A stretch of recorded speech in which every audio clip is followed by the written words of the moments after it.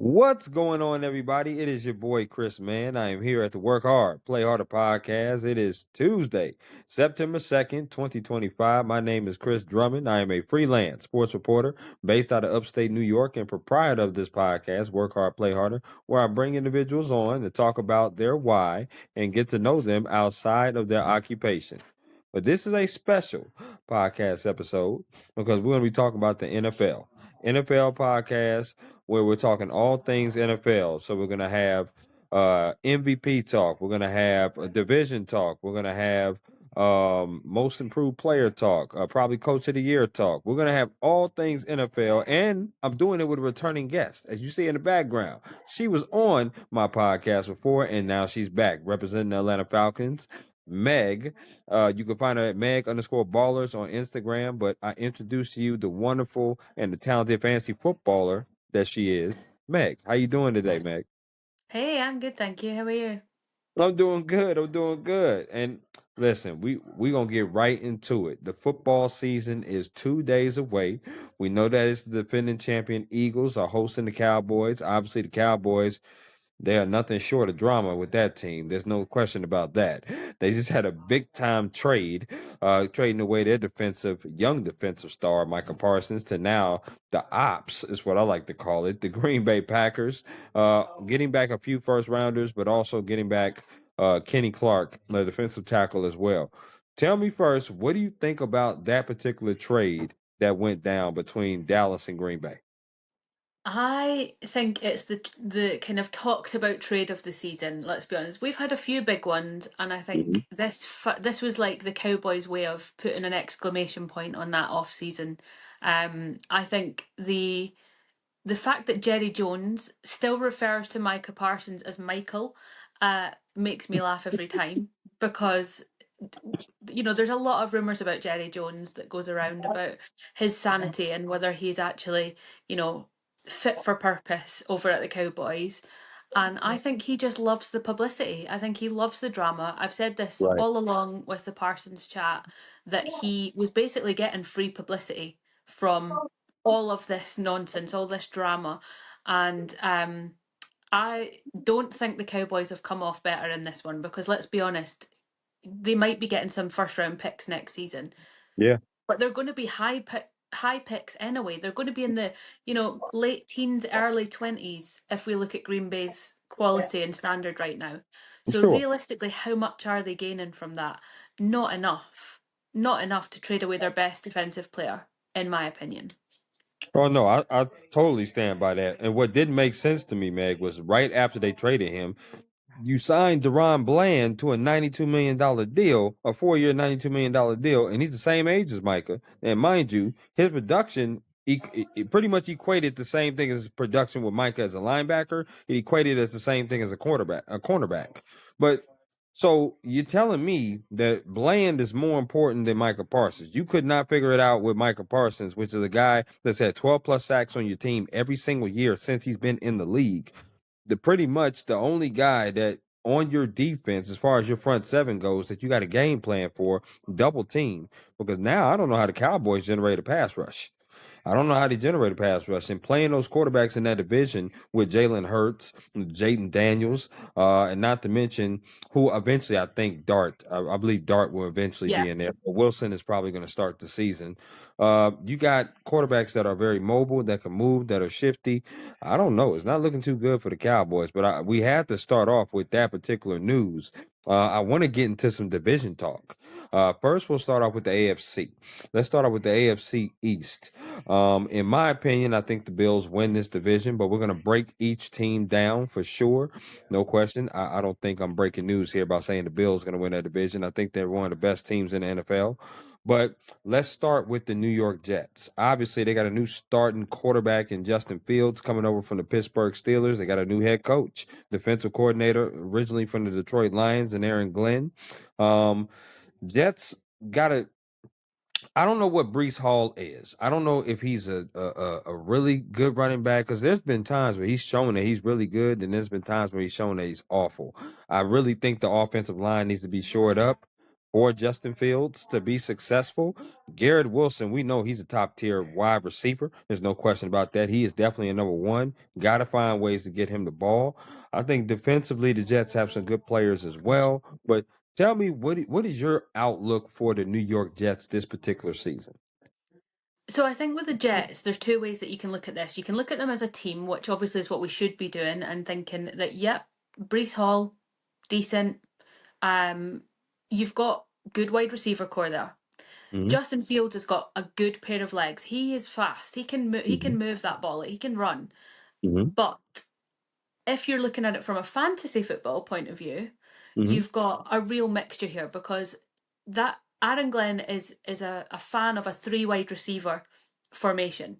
He Right. likes to have that. So if you're wanting to put if you're talking fantasy football, you've got to be very careful here because you're not going to generate a lot of points because there's too many targets on the field. Plus the fact that Justin Fields, like I said, he will run the ball. So you've got to think carefully about how you view the Jets. I don't see anything groundbreaking happening there this season. I think that it's a new system. It's a very new way of working for everyone involved. You've got to think that they've just got rid of a very poisonous chalice that has been dragging that organization down for a while now.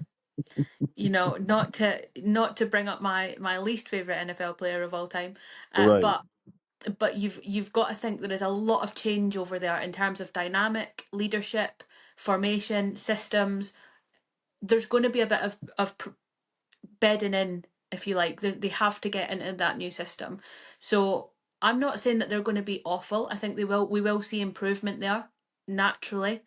Hmm. Um, I'm not sure Justin Fields is the guy, to be fair, but he's the best option they've got right now. Right. Um, Yeah, I'm not seeing a complete crash and burn, but I'm not seeing a groundbreaking season for the Jets either. No, I think they're going to be the fourth place team in that division, in my opinion. And that's that's just saying not to really demean Justin Fields because, like you said, Justin Fields had some great moments last year, especially in the Pittsburgh Steelers uniform. I think he's going to be back comfortable being a starting quarterback fantasy wise. If you're going to take anybody fantasy on this team, you probably want to take him. But you can definitely get him in the later rounds of Yeah, fantasy football, no question about that. But I just think that they're going to need balance. They're going to be a team that needs Brees Hall to run the ball, and you can't give it to him 9, 10, 11 times. You're going to have to mix up. He's going to have to touch the ball at least 20 to 25 times to be successful. And that doesn't mean carries necessarily. He's a guy that can catch the ball out of the backfield as well. So I have the Jets maybe maybe 6, 7 wins this particular year. Maybe it could be lower, but the peak is definitely going to be around that 6, 7 win range. Obviously, they start with the Steelers at home, which is ironic that the two quarterbacks facing each other was wearing those same uniforms the past season. So should be interesting of a week 1 matchup between them two. Let's talk about a team that I think in that same division is going to ascend a little bit and possibly, in my opinion, could make the playoffs. That's the Patriots.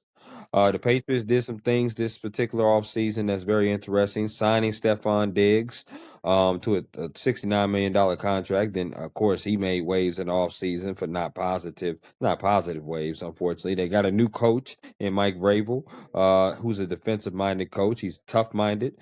Drake May, to me, can be an all improved type player. He could be the most improved player in the league if you get an offensive line to protect him. Because last year he was running for his life. There's no question about that. I also think defensively, I think the Patriots are going to be better. I know they just let go of Peppers, if I'm not mistaken, Jabril Peppers. They just let him go. Um, they're gonna have to show me what kind of pass rush they're gonna have this year. But offensively, I think they can be better, Meg. I really do. And I think this yeah, team has a chance to make the playoffs. I'm not saying they're going to be a high seed. They're probably going to sneak in at like maybe the 7 or 6 seed, but they got a chance. Tell me yeah. what you think about the Patriots' outlook. So I agree with you there. I think last season when Drake May was named QB1 in the later stages, I was very concerned Mhm, because of that lack of O line. There was mhm, nobody out there protecting him, mhm. and when they announced that, and I'm thinking he's a rookie quarterback, he's a really good rookie quarterback, but he still needs protection and he needs that O line behind him. And there was nobody of note that was standing out to me for that job. That's I right. think Mike Vrabel, um, I love that matchup. I think it's a really good shout Mhm. over at New England. Um, and again, if I'm thinking fantasy, and I've said this all along from when I started drafting my leagues, one of my big concerns with Stefan Diggs is that I can see him being in jail or arrested before the end of the season for various reasons. I'm not taking that risk, okay? Like we saw his off season. Yeah, we I'm did. not risking it. I'm Mm. just not. Like the guy is a liability wherever he goes. I also think he's massively overrated. I think he's got more of a name off the field than he Wow. does on the field. Wow. Um, and so that concerns me a little bit because we saw the one thing that disappointed me about Mike Vrabel a little bit was when there was a lot of controversy off the field and during the off season, we Mhm. saw some really, really questionable behaviour from Stefan Diggs. And all Right. that Mike Rabel said was, yeah, we'll have a private conversation about it. Now, he might have got drawn over the coals and he might have got absolutely annihilated. He might have been told, you know, you do this again and you're off the team. Sure. But we don't know that. And we don't know the extent of it. Was it a slap on the wrist or was it a serious talking to? Um, And I've got a real thing about NFL players and the standards of behaviour that they should uphold because they are role models for young people Sure. and not just young people, they're role models across the board and they should Right. act like that For everybody. um, That's right. for everyone. And if I was pictured on a yacht with a mysterious substance behaving the way that Stefan Diggs was, I would lose my job. Full stop. Because I'm a teacher, I'm a role model and Right. I think that they should be held to a high standard. Um, Everybody makes mistakes, 100%, but really that concerns me. So I've not touched him in terms of fantasy football, and I do think not just because of his behaviour, but I do think he's massively overrated. Well, he's definitely coming off a ACL injury too. We don't know how he's going to be coming off that big time injury, and he's Yep. been out for so long. So typically, it takes a full year for you to recover from something like that, as we've seen, as history has shown us. We don't know how he's going to be there, but they paid him $23 million a year, thinking that he's going to be a number one option. Don't know if he is or not. We'll have to see. I do think Drake May can bust out though and be a really, really good quarterback in this league, but the team is pretty much going to be really heavy reliant on him and probably Stevenson as well in the running game as well. So it'll be interesting to see how the Patriots do. I do think they come third in that division and have a chance to make the playoffs. The team that I think is going to be second is Miami, the Miami Dolphins. Now, mind you, they if I'm not mistaken, they got Minka Fitzpatrick in a trade with the Steelers. Minka Fitzpatrick is now back in Miami. He's a top flight safety. Obviously, Ramsey goes over to Pittsburgh as the corner slash safety. Tyreek Hill did not end well last season with his comments on Miami. I'm pretty sure he's been team building and bonding with his team. Tua has been up and down. There's been great games and there's been woeful games. There's no question about that. But his health has been the most up and down. He hasn't been able to stay healthy. And they got two really good wide receivers in Jalen Waddle and Tyreek Hill. And now they have a tight end in Darren Waller, if I'm not mistaken. He is now joined and came out of retirement, who can be big time if he, produces how he produced in a Raiders uniform. Defensively is where my concern is for this Miami team. Outside of Minka Fitzpatrick, I don't really see a top flight defender on their team. And that's where I think is going to be the most concerning for them. Offensively, I think they're going to be fine. It's the defense that concerns me because I don't think anybody scares me on that defense. What is your perception of this Miami Dolphins team coming into this season? Yeah, I agree about the defense. I think I would like to see a stronger defense. Hmm. I in terms of their offense, I think my main concern with Tua is that he doesn't seem to be learning the lesson. He slides headfirst into problems and concussions, let's be honest. Sure. He doesn't learn from that, and he does seem to make silly mistakes when it comes to it. He has the potential to be a great quarterback, and he is a Mm, great quarterback, but you're only as good as you're healthy. And right. so, if you're not healthy and you're out because of injury week in, week out, your team is missing a key component here. Without question. And Without I question. think Tyreek Hill, for all of his sins, I understand the frustrations that he had last season. I do get it. It wasn't the right way to go about it. He should not have been making the comments that he made. Absolutely not. Um, I think he's a very much a heat of the moment player where he is a very emotional person and he Right. reacts on emotion, but it's not good enough. Again, it's that role model. You are one of the most highly regarded players in that team. And if you want to behave like that, if it was me and I was coaching, bye, see you later. Like, you're Mhm. replaceable. Everyone is Mhm. replaceable. Um, and he's very lucky to still have a job, in my opinion. Wow. Um, That is a hot because take, girl. he is he's fantastic. I rate him as a player. I think he has a lot of potential. And we've seen Right. that. His production is fantastic when he's on his game. But he's also had awful games, and he's also had games where he's been average at best. Right. And nobody is bigger than a team. Nobody. Right. Because there's not one single person that could go out and win that game on their own. And I think he needs to remember that. Um, And so I'll be very interested to see the dynamic and to see how much of that rebuild has happened in the off season. Um, because we know that where there is issues and interpersonal issues, Hmm. the team doesn't flow. It just doesn't. For whatever reason, it affects the balance, it affects the It does. chemistry. And I'm interested. I think it'll be between the Pats and the Dolphins. For that second and third spot, I think definitely. Sure. If Tua Sure. stays healthy, then should be, like you say, Dolphins second. Hmm. Um, let's see what happens. I'm skeptical about the Dolphins. I think there is a lot of potential, but I'm quite skeptical about whether that chemistry and that balance will be there. Yeah, I'm definitely with you on that because it's the history of the Dolphins. When Tua goes down, they're a completely different team. They're not the same team.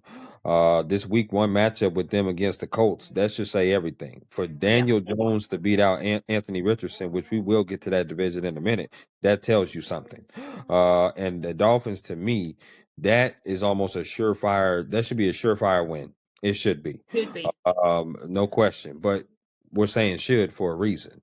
So I definitely have them at two, but I am a little skeptical as well because, like I said, the defense. I need to see who's going to break out on that defense.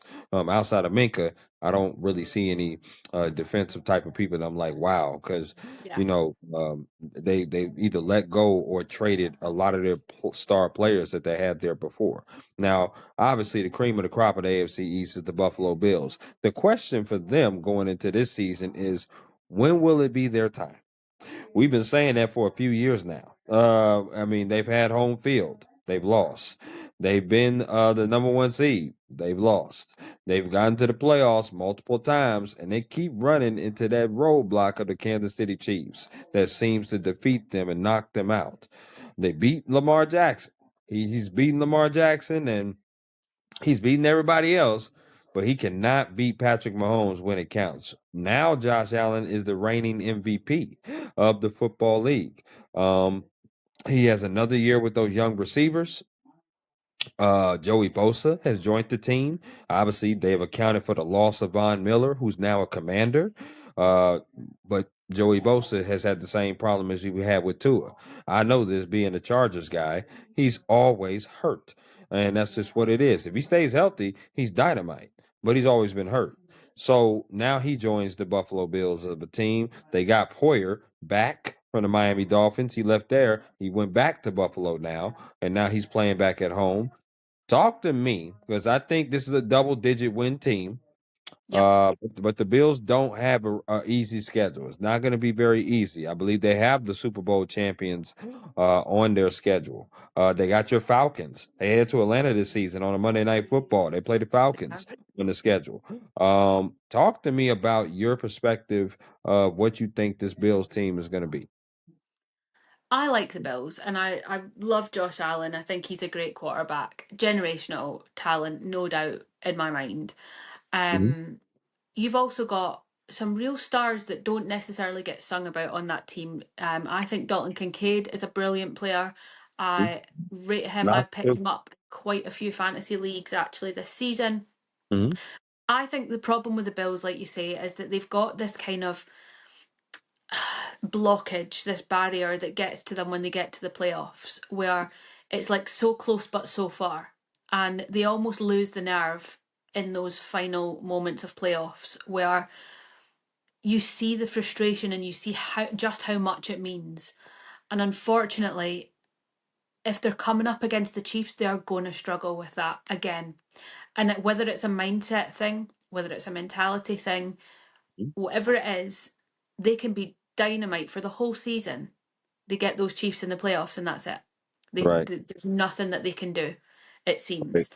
Um, it doesn't surprise me when they face the Ravens because I don't rate the Ravens as a playoffs team anyway. I don't think that they're another team very similar Say that what? they cannot get through the playoffs without Mm. disaster happening. Um, I I think Josh Allen deserved MVP last season. I think he absolutely no doubt in my mind. Mhm. Um, they're easily number one seed for this division, easily. Oh, no question. Um, No question. and I'm excited for them. I really hope that they can break that curse of the playoffs. I do too. I mean, listen, signing James Cook and getting him signed and happy was very important for that team because James Cook does a lot to take the pressure off of Josh Allen, running the ball, catching it out of the backfield as well. I think Keon Coleman can break out and have a good season as well. Like I said, you mentioned Dawson Kincaid. I believe Dawson Knox is on that team as well. They can be able to be a juggernaut offensively again. I do think they win the AFC East. We'll get to our rankings soon, but this next division I want to talk about is the AFC North. Now, this division is interesting, and the reason why I say it's interesting is because you got three of the four teams who I think personally could possibly make the playoffs. The fourth ranked team in that division to me is the Cleveland Browns. And the Yeah, reason why it's the Cleveland Browns, in my opinion, is because anytime that you got Joe Flacco as your starting quarterback heading into the season, you already in trouble, in my opinion. Now they have Kenny Pickett, who's injured. They also have Dylan Gabriel, and they have Shador Sanders. They got a lot of quarterbacks on that team. They also have no Nick Chubb anymore. He's in Houston. That kind of worries me with the running game. You do have Jared Judy on the outside on that team, and you do have Joku as the tight end as well. Defensively, you got Miles Garrett. He's happy. He got his money. There's no question about it. He's yeah, happy. Happy. He's paid. No question. yeah, I do think though, although they have good players on that team, I still think they're going to be the fourth best, and they're not going to make the playoffs this year. I have them winning the same amount of games, maybe a little bit more, maybe a 7-8 instead of 6-7, maybe a 7-8 season win for them. I just can't see Flacco making it through 18 weeks essentially of the no. season. Can't see it.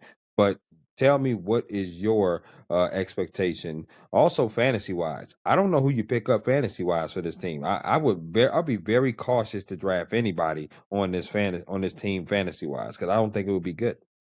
Yeah, I agree with you there. I think that the Browns, no doubt in my mind, are fourth of this division, clear Okay. fourth. Hmm. I've got them winning, I think, two games this season. Um, I am the only saving grace that they have. That that's not fair. The two saving graces that they have is that by week four, Joe Hmm. Flacco's not QB1. Shador Sanders is QB1. Okay.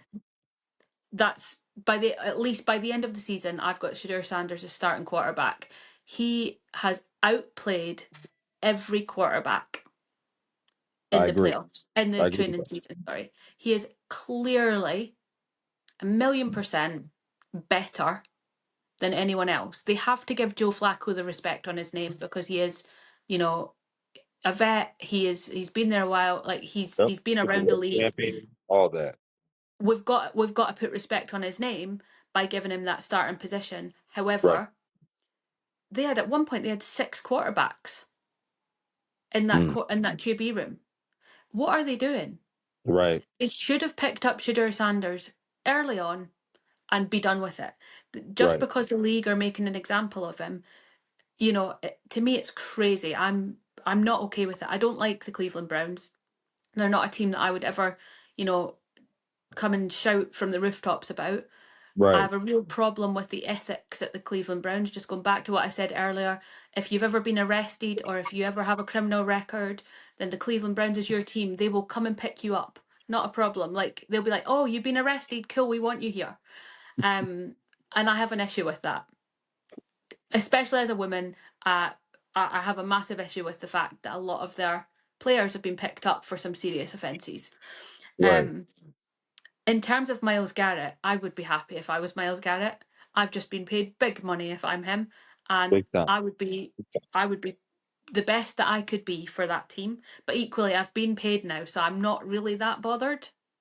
You know, um, I've picked up Jerry Judy in the late rounds of when there's nobody left in the fantasy leagues, and I've thought, oh, okay, well, somebody's got to do something over there. There's got to be points coming from somewhere. Mm, Um, but I am not hopeful, and I won't sugarcoat it and say that I think that they're going to be massively improved unless we see the big changes at QB1. Joe Flacco's an aging quarterback. Let's be honest; he's not getting right. any younger. He Right. um, there needs to be a big overhaul at the Cleveland Browns for anything massive to happen. I rate that their defense is strong. I rate that they've got Miles Garrett. I rate the fact that they have got some mediocre pieces that working together could make something happen. Hmm. But I'm not hopeful, and definitely fourth of that division by a Oh long yeah. shot. There's no question. We definitely agree on that, and we obviously agree on the ethics as well. I mean, there's no way Shador Sanders should have fell to the fifth round. Not only did they not pick him to the fifth round, you picked Dylan Gabriel over Shador Sanders. I mean, that's just crazy. I mean, and you picked Yeah. him in the third round.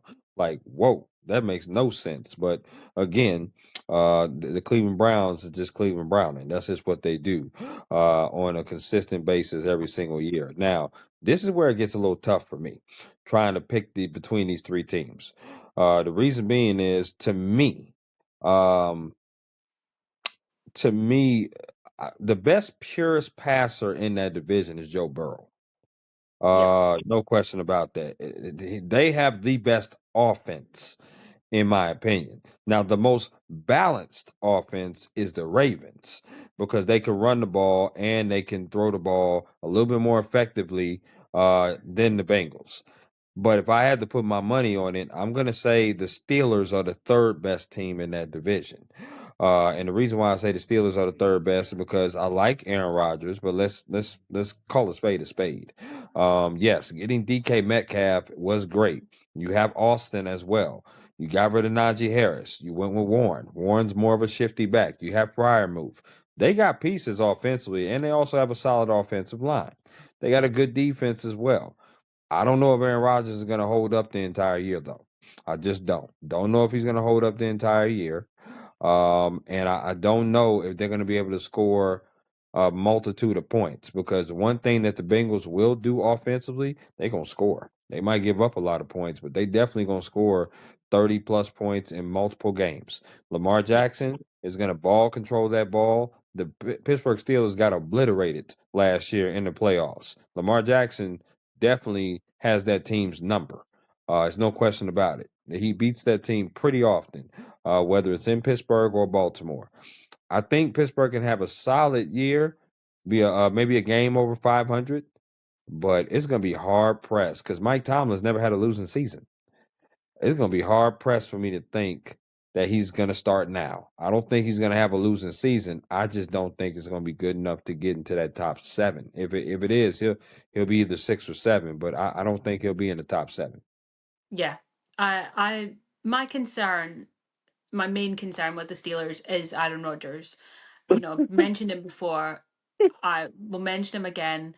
We know that this is his last season. He's already come out and said he only wanted a 1 year contract at the Steelers. I don't agree with the way that he went about that contract. That contract had been on the table for months before he signed it. Right. He left them to go through a draft and not draft a decent quarterback because they were waiting for him. And I don't like that because next year, who have they got? But having said that, with it being his last season, is he going to go all out? Is he going to be doing everything he can? Maximum production, maximum, effort all the time? Maybe. I think, yes, they've got weapons. I'm not sure Aaron Rodgers is the guy to be able to use them. I don't see it. I think he's washed. I think he's had his day. He Mm. was a great quarterback 10 years ago. Hmm. I don't think he's as good now. And Mm. I think that people hear the name Aaron Rodgers and they think he's a legend, and he is, and he will be, and he will be, He's a first forever ballot Hall of remembered. Fame. He's a first ballot Hall of Famer. There's no 100%, question about it. No no question. question. Hmm. But he should have retired already, and No, he yeah, I agree. he realistically has ruined so many teams' opportunities and prospects Mhm. in the past 5 years that that is a huge concern to me. How long is it going to be before he starts having an impact on the coaching staff at the Steelers? How long is it going to be before he starts moving pieces around the league to suit what he wants and his needs? Right. And, DK Metcalf is no joke. I love that guy. I think he's great. Hmm. My concern is I don't want his career to be going backwards because of someone like Aaron Rodgers. Um, I agree with you. I think they're third purely because of this. I don't see them doing much. They'll walk over the Browns, let's be honest, but everybody will, apart from maybe the Saints. And the Mm. realistically, looking at that league, looking at that division, there's not much happening for Steelers this season. I would be very, very surprised if I'm seeing. I like Freiermuth. I really like Freiermuth. Yeah, I've picked he him could up be a a lot. sleeper tight end in the fantasy. He could be a sleeper tight end. I've picked him up in like the 20th round, maybe 4 times, over like dynasty leagues because I like him. I think he's going to be one of those ones to watch. A sneaky pick, but yeah, I'm not hot on the Steelers this season. I maybe give them eight or 9 wins this season. It would be a Yeah. shame to see Mike Tomlin lose that winning streak, but got to be realistic. Yeah, it's a possibility. There's no question about that. It's definitely a possibility he'll lose it. Although, like I said, acquiring Jalen Ramsey on that side, you definitely have not T.J. Watt, who's also got paid. Yeah, You definitely have some pieces on the defensive side of the ball. They're built on their defense. It's just a matter of can you keep A-Rod upright? Can Warren be the everyday back? Because he's used to coming in on third downs. He's used to coming in spelling Najee Harris, but Najee Harris is no longer there. So can they do that? It's going to be interesting to see because this next team here is the Bengals, in my opinion. I think the Bengals are a team that I mean, Joe Burrow had one of his best seasons last year, throwing to the Triple Crown winner in Jamar Chase. Obviously, they locked him up. They gave T. Higgins money as well. Burrow was like, "Don't send my 2 guys away, please. Keep them on the team. I'm gonna find ways to get them the ball." Off and Chase Brown, who's a decent running back. He's also a sleeper running back in some fantasy league picks as well. I do think offensively they're going to be good. They're going to be solid. Like I said, Joe Burrow's the purest passer if not in the division, almost the entire league. He is that dude. There's no question about it. We've all noticed this and we've all said this about the Bengals. It is their defense. Their defense was putrid last year. It was horrible. There's no getting around that. They were Yeah, bad. yeah, And listen, having Trey Hendrickson out the entire summer and waiting all summer long to get that deal done, if he's interested, if he's not, I don't know if he's going to be on a pitch count come week 1, which they're playing against the Browns, right? Go figure. Don't know if he's going to be on the pitch count, but clearly he's their best defensive player. They picked up the defensive coordinator from Notre Dame, and now they have him as a defensive coordinator over in Cincinnati. Um, but if you saw their preseason, the defense still getting torched. So I don't know if by default I think Burrow can carry them to a second place finish in that division. But again, what is that saying? yeah, Um, I don't know if that's saying playoffs or not, but I think second in the AFC North for the Bengals. That's what I have them as. yeah. I think it's definitely between them and the Ravens for second place, second and Hmm. first place. I would Okay. say that the main issue you've got, like we said, we don't know what this defense is going to look like. You know, anywhere where we've got new coordinators, we're we're kind of in the dark a little bit as to what they've been able to do with the pieces they've got. Right. So, you know, you could come from a great team where your defense is solid and you've Hmm. moved on to a team where you've got good players but no decent system that's in there. And so we know that historically Joe Burrow isn't the problem, the defense is. We know Hmm. the offense. I mean, Jamar Chase is every single fantasy football player's dream pickup.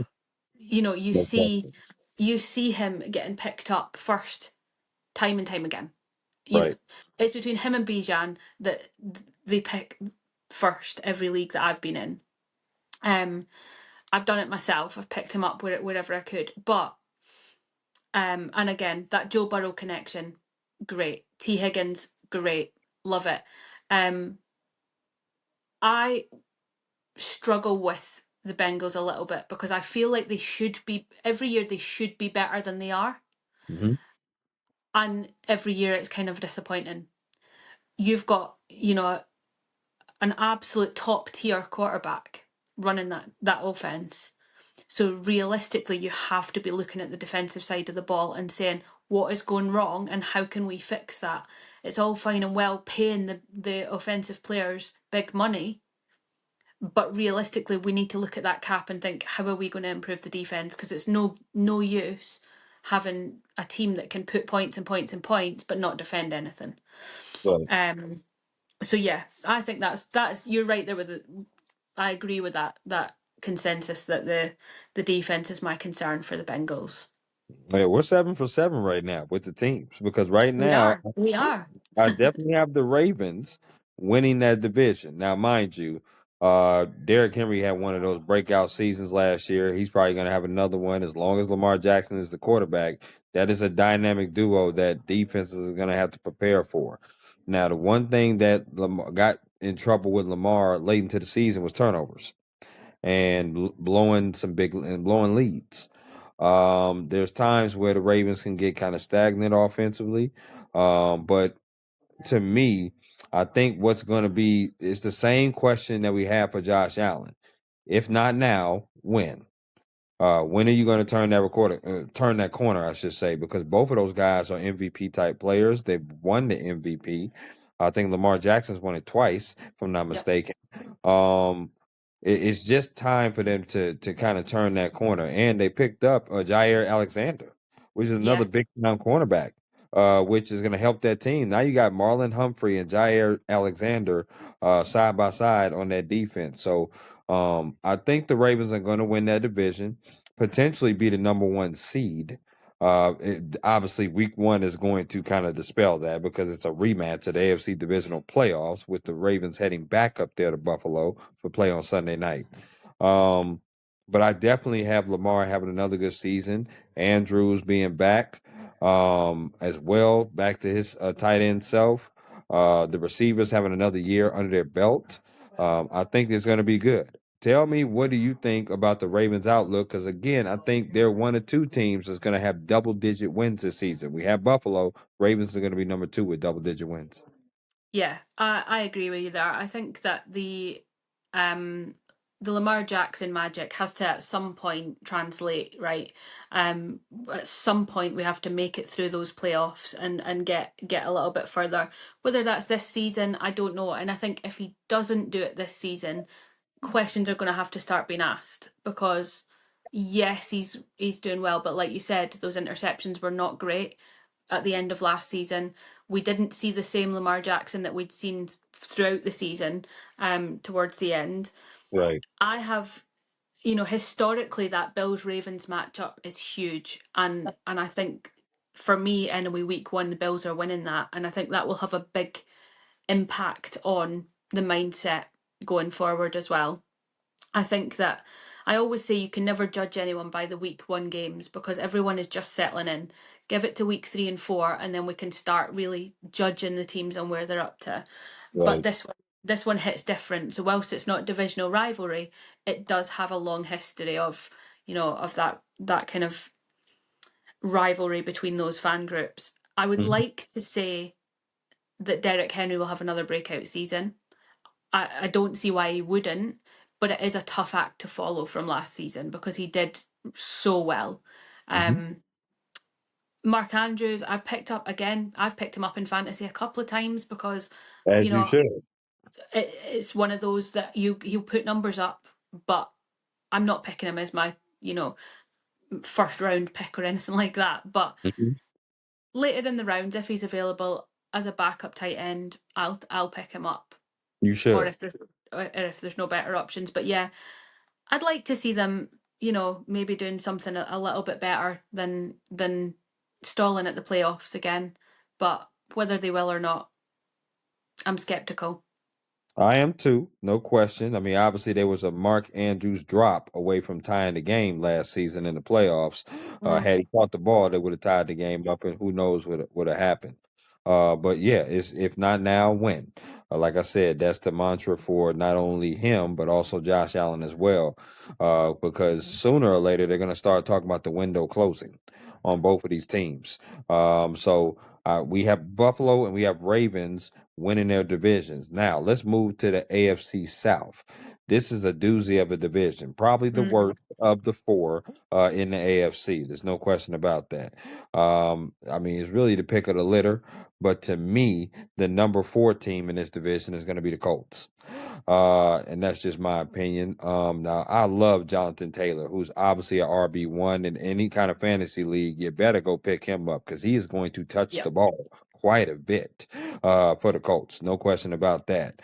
But also Daniel Jones. Uh, he's sometimey. Like I said, we have not seen that Daniel Jones that had that playoff game against the Minnesota Vikings. We have not seen him in quite some time. We know he got paid after that, but we have not seen great Daniel Jones. Obviously, Anthony Richardson is still developing. He's still young. So, he needs to watch and learn. No question about that. But outside of Jonathan Taylor, we know what defenses are going to do. They're going to stack the box and they're going to make the quarterback make throws in order to beat them. This is probably going to be one of my worst three teams of the season. I don't really see the Colts winning more than 3 or 4 games this year because I just don't think that they're better. I don't think they're going to beat any of those teams in the division. I think they're going to go 0-6, in my opinion. And then you're looking at maybe they might luck up and get some wins or something like that somewhere, but 3, 4 wins for me this particular season for the Colts. But obviously they've been dealing with a lot with the loss of their owner with Jim Irsay as well.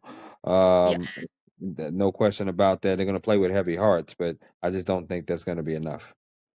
I think for me, this is maybe the first one we disagree on, but prior to them naming Daniel Jones as QB1, I had them third out of the four in the division. I had the Titans going a little bit worse off than them.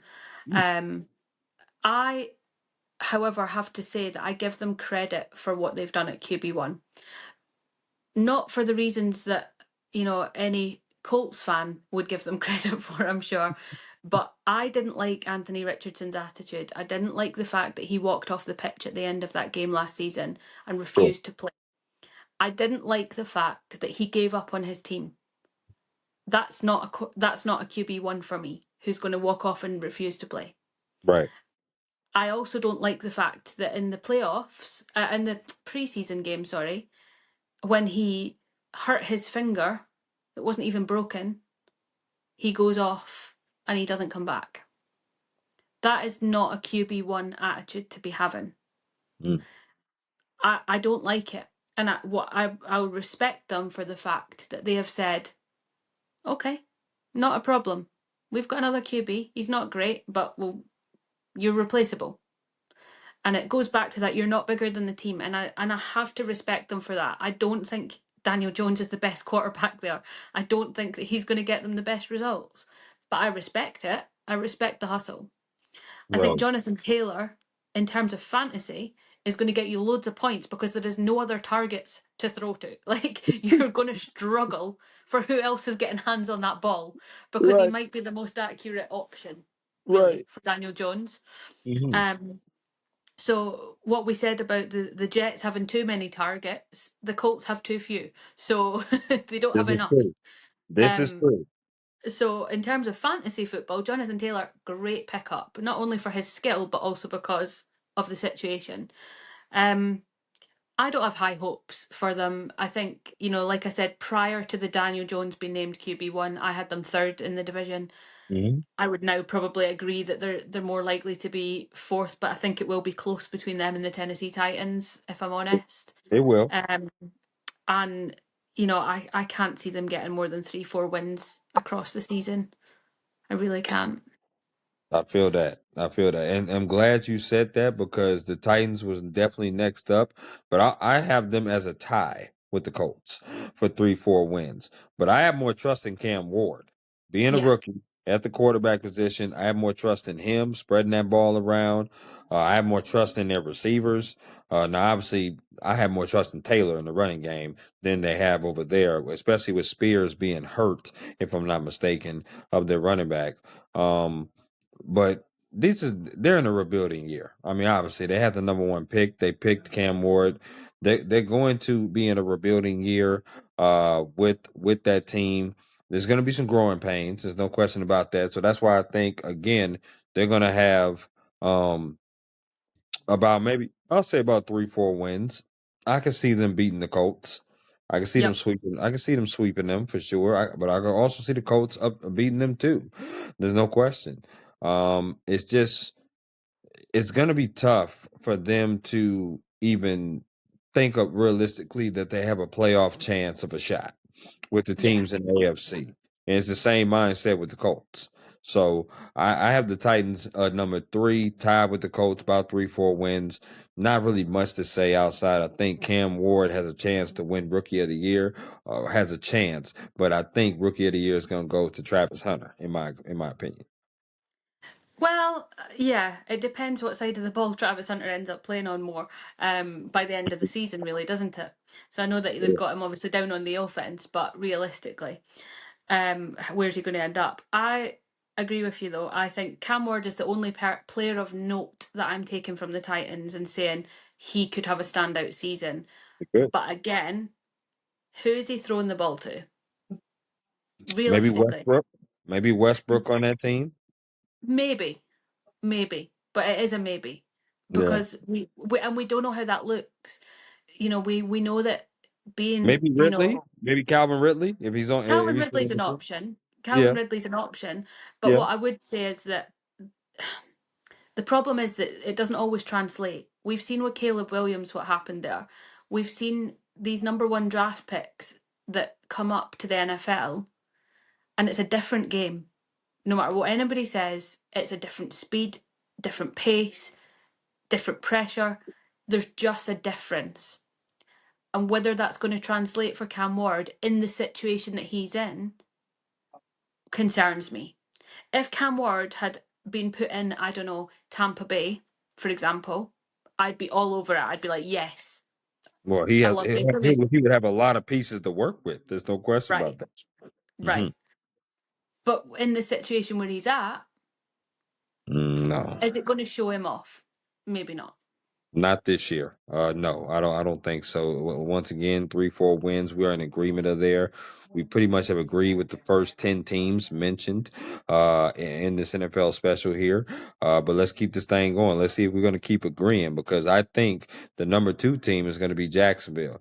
This is going to be the team that I think could have the most turnaround from what last year looked like. And the reason why is a lot of people are getting on Trevor Lawrence because of his play. His play wasn't very good. Now you have Travis Hunter, along with the other top flight receiver. What I think is it Brian Thomas Jr. Brian Thomas Jr. Thank you. That you got 2 really good wide receivers into that. You do have a decent running back in Travis and Tene. The defense is well, we know the defense is not that great, but again, this division is not that great. So to me, 9 wins is going to win this division. The first team that gets the 9 wins. I personally think they're going to play Travis more on the offense because they're going to need him more explosively on the offensive side of the ball to help out Brian Thomas Jr. so that he can take away double teams from him. Because if you have Travis and him lined up, there's no way you can double team Brian Thomas. You can't. But they're going to sporadically throw him on defense. I know he wants to play both, but there's no way you're going to full time play both. There's just no way you're No, going to do. no, However, they're going to sporadically do that. They might even put him back there for punts, for punt returns and stuff like that. Anything to kind of generate offense and also sell tickets, right? Sell tickets and seats down there in Jacksonville. I do think they double up. They probably get about 7 to 8 wins, in my opinion. Again, this is not going to be a division that runs away and has a 12 or a 13 win victory like I see with the no. other 2 divisions. But Jacksonville will be improved this year. I personally think that. And obviously, they also have a new coach there, that Duval. So they have a new Yeah, coach there too. yeah. So you know what I mean. So absolutely, tell me what do you think about Jacksonville? Yeah, I agree with you. I think that Jacksonville have plenty of opportunity for improvement. Hmm. Whether they can make that work and make it happen, we'll see. I'm Hmm. hopeful. Obviously Jacksonville come across to London for the games every year. We've got that long-term agreement with them. Yep. I'm hoping to get to one or two of the games this year. Fingers crossed can make that happen. I hope And so. I think a lot of the reasons that we've spoken about in the UK, my kind of circle of content creators and NFL people, we've Hmm. said we wouldn't normally travel down to games if our teams aren't playing. However, just to see that Travis Hunter pick getting out on the field is a reason to travel and go see. And I think I'm interested. I'm really interested. I agree with you. I think he's going to play offensively for the most part. Um, a couple of snaps in defense, maybe. Um, but yeah, I think they will be improved. I think Yep. nothing groundbreaking, nothing out of this world. It's going to be one of those between 7 and 9 wins for me, realistically at maximum for Jacksonville. We agree. We definitely agree on that. Fantasy wise, I would take a look at Brian Thomas later in the rounds. I think he could be sneaky good because I do think Lawrence is going to be able to get him the ball. Running backs, I really would not pay attention to that, or tight ends for this particular No, team. But Brian Thomas, I'll definitely look at, and I'll also look at Travis Hunter as well, because he can be dynamic and explosive in the games for sure. But yeah, we agree so far, which leaves the Houston Texans to win this division. CJ Stroud had a pretty sophomore slumpish kind of season, but mind you, he lost Stephon Diggs early. He lost Tank Dell, if I'm not mistaken, and he had some injuries that he had to deal with. I mean, he was really not really throwing to a whole lot of people. And not to mention, Joe Mixon was a good running back, but at the same time, that's the only running back that they had. Now they add Nick Chubb, and they got quite the 1-2 punch with Mixon and Chubb back there. You yeah, get rid of Diggs, and now you have Collins and Dale. You bring Dalton Schultz back into what he was for Dallas. Now you add him into Houston. CJ Stroud can have a nice bounce back year. I do think that he will. I think Houston wins that division with 9 to 10 wins. To me, they're not a dominating team, but and they'll probably be the fourth seed, the fourth best division winner of the AFC. But I do see them winning the AFC South. Yeah, yeah, I agree with you. I think, we didn't see the best of CJ Stroud last season, and I go back to the point that no one man could win a game on his own. The injuries plagued the Texans last season. I think Nick Chubb is a great addition to that team. I think Joe Mixon, obviously, when he's on his game, he's brilliant. Um, I think there's a lot of potential for future years for the Texans. I think they're past the rebuild completely stage, but they're still building, um, and there's a lot of kind of experience that needs to be gained, and a lot of you know facing those more difficult games within their division. They're not going to struggle too much. Let's be honest. Hmm. Um, Outside of their division is where they're going to come into some problems. They're Sure. not realistically making it far through the playoffs. It would be miraculous to me if the Texans made it anywhere near, you know, championship games or anything like that. But I do think they'll get to that number one seed, number one in the division, and they will make it, but going out quite early. Oh, no question. Maybe the wild card round, they'll win and then they'll get bounced. I don't think they're better than Baltimore. I don't think they're better than Buffalo. And obviously in this next division, which I'm a little biased because I grew up a Chargers fan. This to me is going to be the best division in the AFC, in my opinion. And this is going to be a very competitive division. And I mean, I hate to say even four, but the fourth place team in this, if I had to pick one, I'm gonna say the Raiders. And the reason why I'm going to say the Raiders is because um, it's pretty much by default. I like the Geno Smith pickup. I like Pete Carroll. I like Ashton Genty. Brock Bowers is a tight end one. If you do not grab him as one of your top players, there's something wrong with you. Brock Bowers is definitely that dude.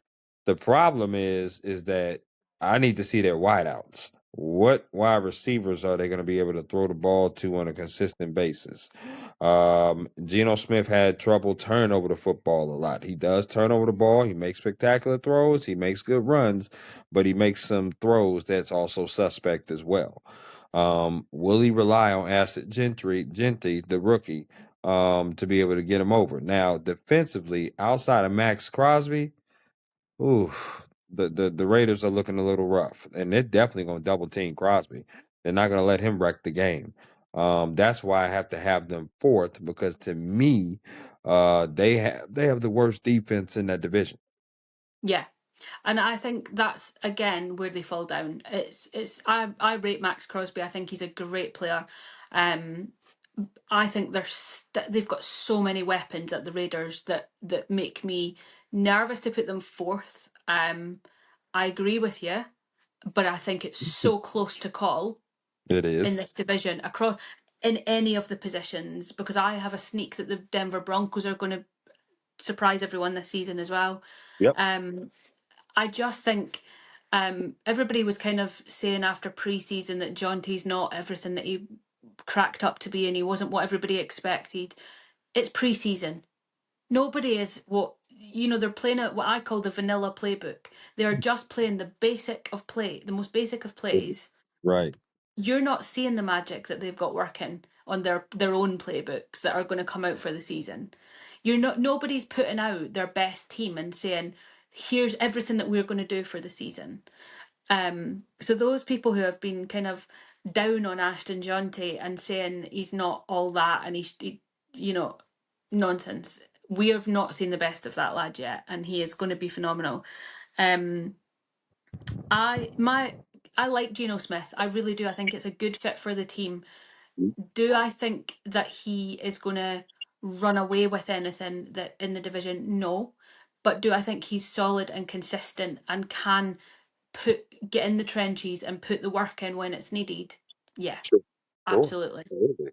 Absolutely. I love it. Um I like the Raiders. I've I don't see them being a complete washout. Like I said, I don't see any team in this division being a complete washout. Right. Um, but I do struggle with who's winning the division and what positions, because this was the toughest one for me. Oh, no question. And they're going to be four good teams, but somebody's going to have Yep. to be left out because there's only seven spots, and four of those spots go to division winners, as we Hmm. know. So I definitely have the Raiders fourth. I have my Chargers third in this division. Justin Herbert, I like him as a quarterback. Again, they picked up Najee Harris. They lose Bosa on the defensive side of the ball, but keep Khalil Mack on that. I do think. That getting Keenan Allen to come back home to the Chargers is going to be good. It's a comfort. It's a security blanket for Herbert. But to me, the question is going to be, can they run the ball? They've been kind of searching for running backs, and Jim Harbaugh has been searching and searching and searching for running backs. He tried to pick up the ex Baltimore Ravens, and that really didn't work out. Now he's got Najee Harris, the Pittsburgh Steelers, running back on their team. We just need to see how their running game is going to be. I trust in Herbert. What I'm doubting is the running game. They need balance on their Yeah. team. Defensively, I like Derwin James. Derwin James is going to play well. He's going to be good. They have some good pieces over there. Like I mentioned a couple before, with Perriman as a linebacker, Mack up front. But again, I don't think they're better than the two defenses of Kansas City or Denver. So I have to No. put them at third. They will have a solid season. I just don't think that they'll make the playoffs. And I hate Yeah. saying because I love my damn Chargers. I do. I agree. I think that unfortunately it's they've still got some work to do before they're a playoff ready team. Um, Again, solid team in the trenches. I think that you know the lack of running game is going to be a problem, Mhm. no doubt. Um, but they might. I mean, I think this division is going to be the most surprising because I don't think the Chiefs are going to be all that everyone thinks they're going to be this season. I really don't. Oh, Um, I'm I've got a sneaking feeling that is just not. I've actually got the Chargers winning against the Chiefs on Friday night in Sao Paulo. okay. Um, Okay. I like it. I'm not going to argue with that. I love it. I don't really have any sort of rationale for it other than it's just a feeling that I've got. Mm. Um, I just don't. I don't think the Chiefs are going to be what we've seen them to be in the last few years. I can't say that they are. Um, I mean, no doubt I'll be proven wrong, but there's something in, and I'm not a Chiefs hater. I'm really not. Right. I'm not one of these people who's like, oh, bandwagon fans and all this. I'm not. I Right. just can't see them doing the same things as they've done for the last few seasons. Some people argue it's the Chiefs until it ain't, and that's fine as well. Um, I think we're going to see a lot in the next couple of weeks. We're going to see much more evidence that's going to give us the basis of what we judge here on what's going to happen. I can see that. Like I said, I hope you're right because that Friday night game, neutral site game in Brazil, I hope that the Chargers can come out and play. The Chiefs defense definitely kind of scares me a little bit because obviously they don't have that most people don't have an answer for Chris Jones, the defensive tackle. Steve Spagnuolo has always seemed to play well against the Chargers and hold them down as far as points go. But again, I'm hoping that you're right for sure. A great way to start the NFL season, obviously in Brazil, playing that football game for sure. The number two team in the division for me is the Denver Broncos, and Bo Nix is probably going to be my most improved player of the year.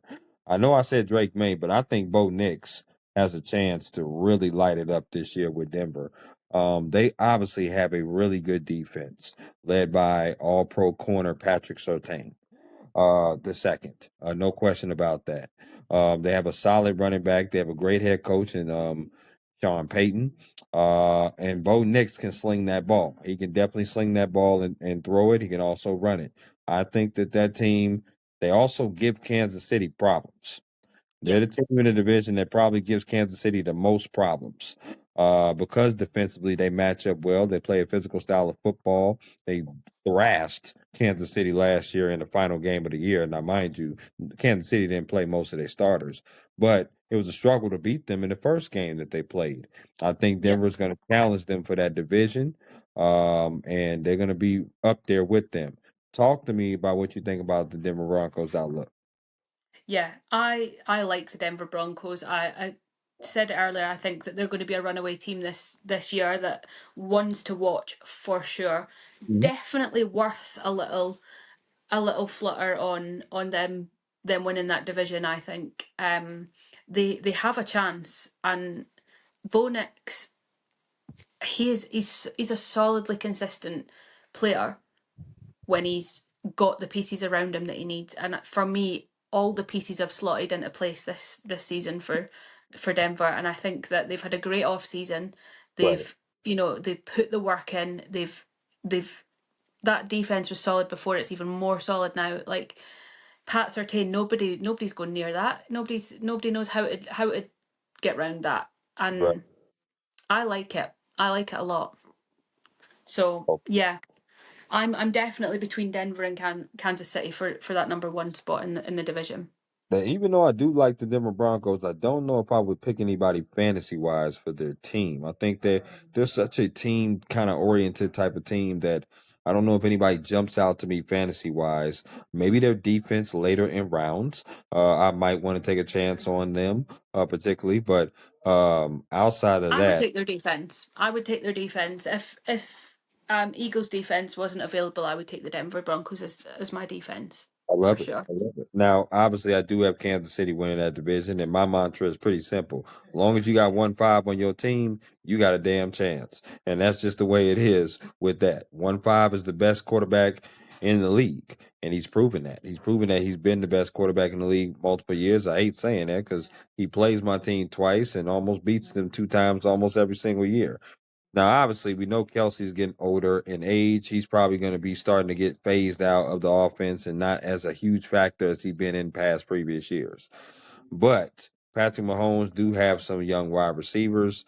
I believe the Rice kid is coming back, but I believe he might be suspended if I'm not He's mistaken. suspended, yeah. Yeah. Suspended for the first 3 weeks, I think. Yes, and I believe he's definitely doing that suspension, but the Rice kid is going to come back off injury.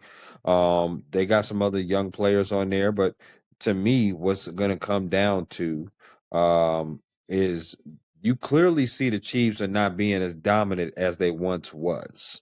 They're starting to come back to the pack a little bit. And it's going to be interesting to see how much onus is going to be on Pat Mahomes and can he stay at the top? Can they be a defending? Because this has been what 3 years in a row defending Yep, AFC champions. So it'll be interesting. It's going to be I interesting. agree. But I have to disagree that Patrick Mahomes is the best quarterback in the league. Mm, I, I Last season we saw Kelsey had a massive fall off in production. he We did. saw you've got to remember the last game that we saw Pat Mahomes play was Super Bowl, and that was a disaster for him. That Oh, was it a was. complete and utter disaster. It was. You look, they didn't have a point on the board by the second quarter. They had no points.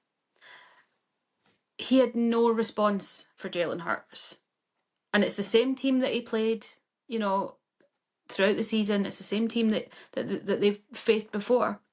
Didn't have an answer for him. Hmm. Um, my issue with Pat Mahomes is that people always say, oh, if he's available, he's terrible for fantasy. He doesn't get lots of points in fantasy leagues. People assume because he's a winner, and AFC champion, that you'll get loads of points for Pat Mahomes. If you're in fantasy leagues and you're picking Pat Mahomes as your QB1, make sure you've got a decent backup because you're going to be disappointed ultimately if you don't. I agree Um, with you there. There, I agree with you on fantasy. He's not a good pick for fantasy. No. I I just don't see the same magic between him and Kelsey as they had 2 years ago. Hmm. I don't see the same quality as what he's had in the past. I think that Rice being out for the first 3 games has an impact. I think he'll come back fighting. I think he'll come back brilliant and have a really strong season. But it all has an impact. All of those things have an impact because you're playing with a team for the first 3 weeks that realistically you know is going to change. Yeah. And that's something that we don't think about. And those players know that they're replaceable. They know that they're going to be replaced Right. when Rasheed Rice comes back. And that Ab- has an impact on mentality. Whether they like it or not, that has an impact on the way that you view things and the way that you play. Um, and so yeah, I don't think the Chiefs are going to be as hot as everyone thinks this season. I don't think that they're making the Super Bowl. Well, to me, they won't be the number one seed in the AFC. I don't think they will be that. They're just playing in a very tough division. I think the teams are going to beat up on each other for sure. But I do see them as the division winners. I do see them hosting a playoff game. And you're right. 4 years, every year, it's hard to get back there. 4 years in a row, I don't know if they're going to be AFC champions 4 years in a row. It's just very difficult to do. No question about that. Before we get into some NFC talk, let's talk MVP. MVP this particular year. I really there's some guys that come to my mind for sure, no question about that. But Jared Goff is one. I think he has the potential of being that. Dak Prescott's another one. Staying healthy, obviously getting that new receiver in George Pickens to go along with CeeDee Lamb. Allen and Lamar, we both know is going to be in the running, and we both know Burrow is going to be in the running. Now, last year we had a couple running backs in the running with Derrick Henry and Saquon Barkley. Um, can Christian McCaffrey somehow sneak in if he stays healthy? I don't know. That's going to be a long shot. But if I had to go out on a limb and choose somebody who I think is going to be the absolute best team, I think it's going to be a repeat. I think Josh Allen wins this award again. But that's just my opinion. That's a safe pick, but I think that's my opinion. I think he's in his prime and he's rolling, and they're going to utilize him the same way that they utilized him last year. And so, talk to me about who you think some MVP candidates will be, and also who do you think will be your MVP? So I think for me, I don't think Dak Prescott's up there. Personally, I don't think that the Cowboys have got anything in them to produce an MVP. I Wow. think they're going to struggle to show him off to what he's even with the people around him. The Cowboys are always cowboying, and you know, let's be honest, it's going to be I another car like that. crash. I like that. Um, I think that Jaden Daniels is worth mentioning because I think he is up there with if he can repeat or improve on last season, he has to be mentioned. I think Saquon Barkley, like you said, Bijan Robinson is another one. He across all of the fantasy leagues has been picked up early, like first, second, third pick, every single time. Um, Josh Allen obviously has to have a mention there. I would argue for me, I would love to see Jaden Daniels getting it this season. I really hope that he can maintain what he did last season, um, because I think he's phenomenal, and I think he definitely needs to be recognised for what he did as a rookie quarterback last season. Hopefully, going into year one as someone who can keep that up. I like it. I do. I do. I love that. I love that. And listen, Jaden Daniels obviously getting Debo Samuel, Scary Terry gets signed, Yep. um, and you have Zach Ertz as your tight end. Obviously, like you said, they traded away Robinson, but they still have Eckler on that team. They still have another couple running backs on that team. Yeah, it's set up. It's prime for him to possibly get that. I think he'll have to win the division, and that's the same way I thought about Dak Prescott because of their lack of the running game. They're going to have to rely on Dak to be able to toss the ball around, which is if he can stay healthy, he's definitely going to put up some numbers. There's no question Yep. about that. But what's always been with him is health. So it's interesting. I like the Jaden Daniels take though for sure.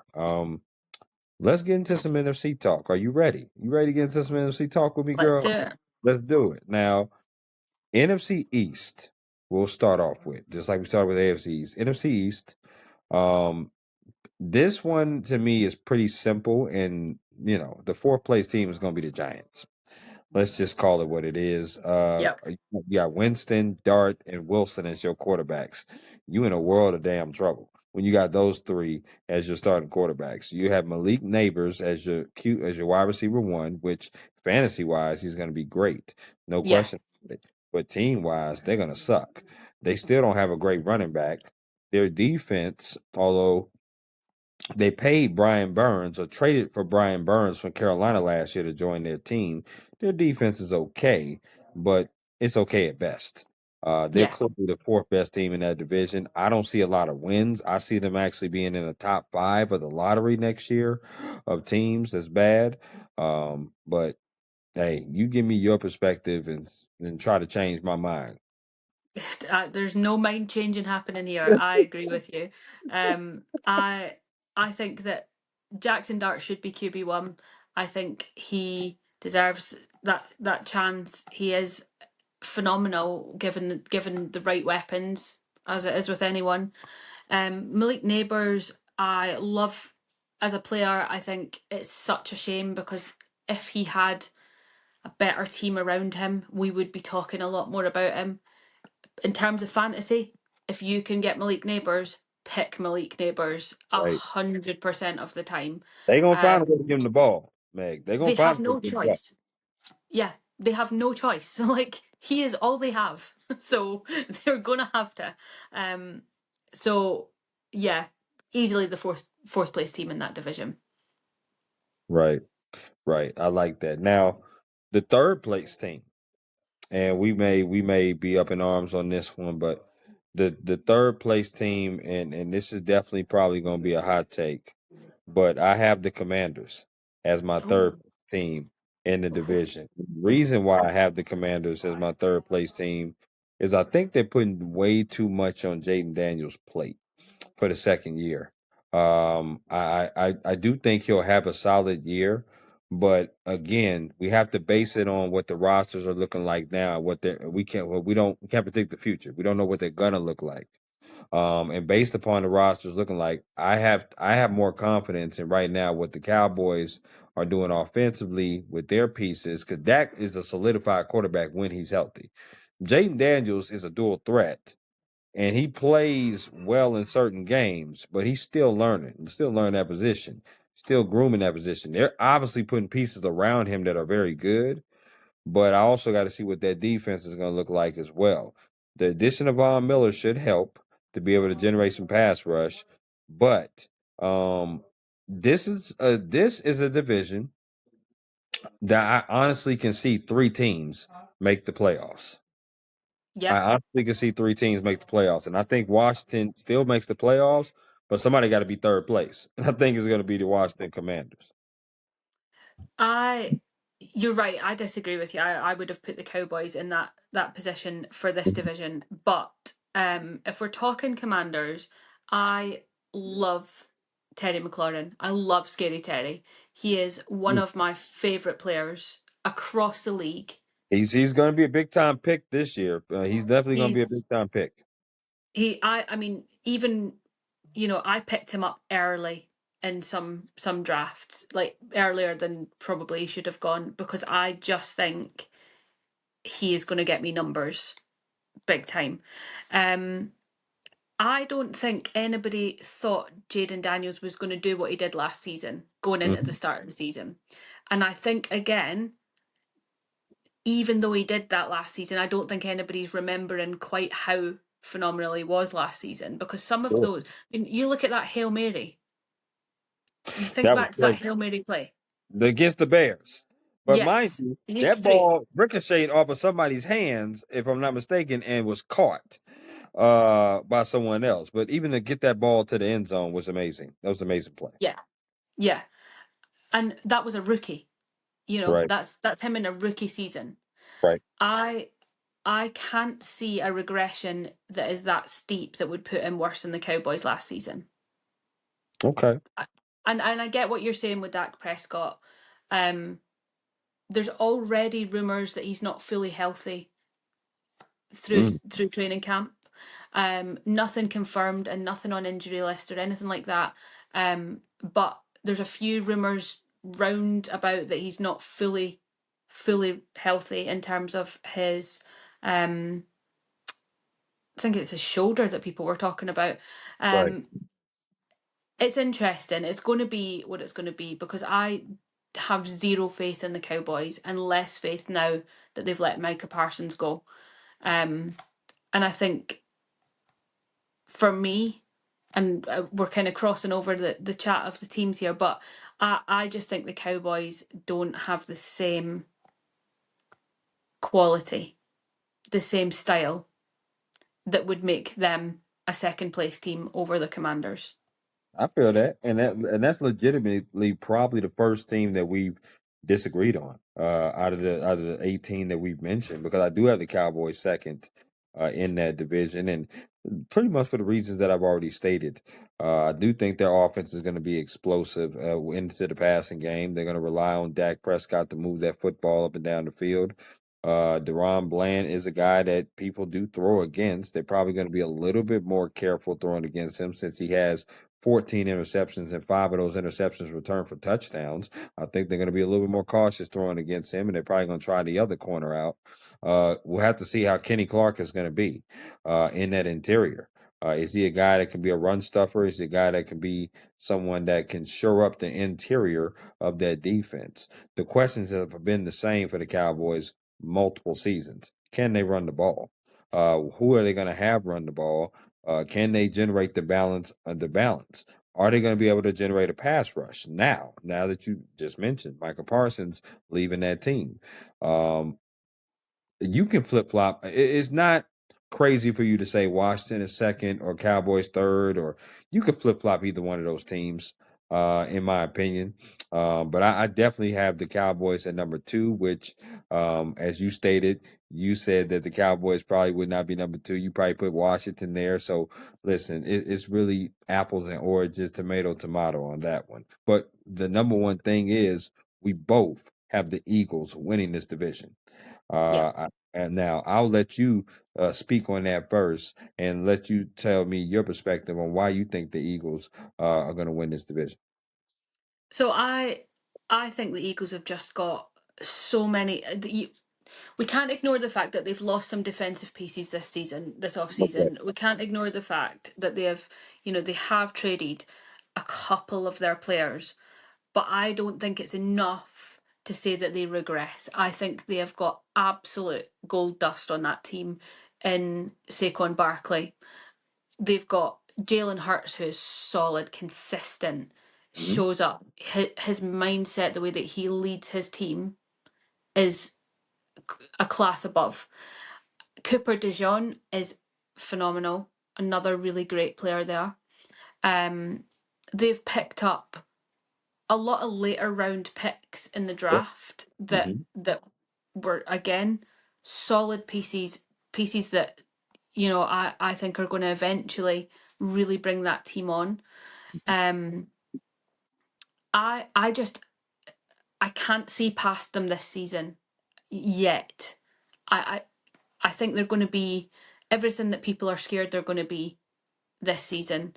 Um, unless the Madden curse hits Saquon Barkley and something crazy happens, I don't see anything drastically going wrong at the Eagles. I'll be honest. Oh well, yeah, I definitely see them probably as the number one overall team. No question about that. They're definitely going to be a team to be reckoned with. A lot of great offensive pieces on that side of the ball, and a great offensive line. Probably the best offensive line in football. And as long as you got that offensive line like that can block for Saquon, and you have Jalen Hurts as a scary dynamic duo. The same with Jackson and Henry. No question about that. But they're the defending Super Bowl champions. The one caution that I have is they do not have an easy schedule. No. Their schedule is brutal. There's no question about it. They play a lot of playoff teams from last year on their schedule. So it's almost like Murderers Row. No question about that. Yeah. So we'll have to see. We'll have to see if they can hold up. We'll have to see um how does Saquon have a sophomore season with the Eagles? Can AJ Brown and Devontae Smith be that dynamic duo again? What about Goddard? Getting him back into it. So it's going to be interesting. But we both have the Eagles winning this division, which is great, which leads me to the NFC North. This is the most intriguing division of the eight. Yeah. No question about it. A lot of changes within these four teams. Starting with the fourth place team, which I think is going to be the Chicago Bears. Yeah. Yeah. Now, mind you, I definitely have them improving. I just don't think they'll improve to leapfrog any of the three teams in that division. Ben Johnson, offensive coordinator from Detroit, comes over. He's head coach now with the Chicago Bears. Keenan Allen leaves. Now you have Caleb Williams in his second year. You have Romeo Odunze as the wide receiver. You also have uh, the number two receiver, DJ Moore there as well. Um, the thing with the Chicago Bears is that one, are you going to keep Caleb Williams upright? Two, are you going to play with pace? I think they need to play faster, and I also think that they got to be able to run the ball a little bit better. They got Swift last year, and Swift did not. I mean, Swift was great in Detroit. Then all of a sudden, he went to Chicago, and he didn't look so good.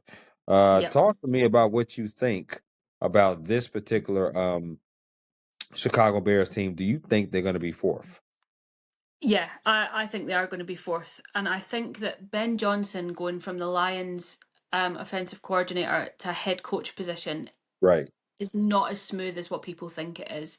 I don't see him as a head coach. Really? Um, yeah. And I've Okay. spoken a lot. One of my best friends in the world is a Lions fan, and him and I have had a lot of discussions about the Ben Johnson effect and Right. the fact that you, I don't think he's all that. And I don't think he's going to be the best of the best head coaches. I also think that the Bears are in a funny position in that they thought they were getting so much more in Caleb Williams than they got.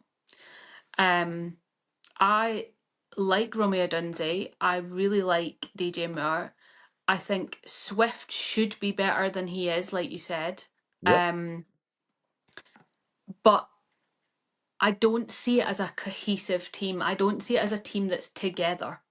Okay. Um, because I think whilst you've got those individuals and you've got talent and you've got real talent on that team, they need to figure the system out. And right now, it'll be interesting to see what Ben Johnson brings. He's not had enough time to completely overhaul a system there. Oh, I think your microphone's gone. No, no, I'm right here. I'm right Oh, here. okay, there we go. Yeah, I don't think that they are gonna I don't think Ben Johnson's had enough time to fully bed in a system yet, and I'll be interested. I think the fourth place for this season, maybe making some improvements and rebuilding towards next season, but nothing drastic. I love it. Okay. Okay. I love that. Now, the third place team I have is the Vikings. Now, I just came from Minnesota. And obviously, Minnesota listen, last year, this division had had three teams in double digit wins. And this division was the best in football. Yep. Now, Minnesota has a lot of great pieces, but they lost a huge piece in Sam Darnold heading over to Seattle. I don't know if I have the same confidence in JJ McCarthy that I have in Sam Darnold because JJ McCarthy was hurt. We haven't really seen much of him. I have confidence in the coaching staff. I have confidence in JJ. I have confidence in Adam. I should say Aaron Jones. I was about to call him Adam Jones. Aaron Jones. It's great to see Thielen come back home. That's nice and heartwarming. No question about that. But I just I can't put them past Green Bay or the Lions. I can't put them past it, especially with the Parsons signing. It makes Green Bay's defense better. Although they lost Jair Alexander and Clark, Parsons pass rush, they're gonna have two dynamic ends to get after the quarterback. Jordan Love, to me, is a more proven quarterback than JJ McCarthy at this point. Talk to me if you agree with me about the Minnesota Vikings. Yeah, so I think I like JJ McCarthy, but like you said, he's unproven. He's not been tested. We don't realistically have an answer for what he's going to do this season. Hmm. I would love to see him come back off of that injury and show up and show out and be like, "I told you, I can play." I'd Hmm. love to see it happen. Right. Um, but do I have enough faith in that happening right now? No, I don't. Well, Because I need to see it. I need to see it. right. Um, I think that the Vikings are so sneaky though, because you think they're not going to do anything. You've got Sam Darnold, who, is a great quarterback, but not generational talent. Right. He comes in and he walks onto that team and he did what he did last season. Hmm. I mean, there's no arguing with the fact that the Vikings seem to have this like sneaky ability to win the games and just get it done when they need to. Right. Um, I think they're a scary team. I think this division is another one that's a little bit like the AFC West. Okay. The three teams that we are talking about now really could be interchangeable, and it was going to depend on injury, it's going to depend on form, and it's going to depend on decent coaching and making the right decisions on the ball. And No and question. that's what it's going to come down to, because realistically any one of those three teams could make number one of that division. I agree. I definitely agree. Which gives me to the number two, which is Green Bay. This was kind of a toss up between Green Bay and Detroit this particular year. And the reason being is I think Jordan Love is going to have a better season than what people might anticipate. Jay Reed is going to have a good year. I think now obviously they lost AJ Dillon to the Eagles, which is going to help Saquon Barkley stay even fresher for that particular team. But they still have Josh Jacobs to run the ball. They again, we talked about Parsons going on the defensive side of the ball. I do think Green Bay is going to be a team. They won 11 games last year. I think they're going to win 11 to 12 games this year. As Yeah. long as Love stays upright, they're going to have a pretty solid team Yeah. going against those Detroit Lions. I just don't think that they're better than the Lions. And the Lions swept them last year. And I think they possibly would do it again. And I think they'll win this division by a couple of games over the Green Bay Packers. But the Packers are definitely a playoff team, in my opinion. Yeah, I would agree. And the the other thing is that the Lions have got Aiden Hutchinson back, which They is no do. joke either, They do. for that defense. So I think the Packers picked up Matthew Golden, that rookie, in the draft, and I think he is going to be a real key piece coming forward. Yeah. Um, I I like what the Packers are doing, and I have a lot of time for the Green Bay Packers. I really do. Um, I think Jordan Love is slept on. I don't think people give him enough respect for what the talent that he is. Right. He's done a lot with not a lot, and I think that he potentially could have a really really solid season, especially now that they've fixed up that hole in their defense, especially now that they've got a healthy team that's ready to go, and a lot to prove. And I think um, I agree with you. I put the Lions at top of that division, but I do think it's going to be close. I think 12, 13 wins for the Packers this season is not out of the realms of possibility. And I Absolutely. definitely see them in the playoffs. Absolutely. No question about that, which obviously leaves the Lions.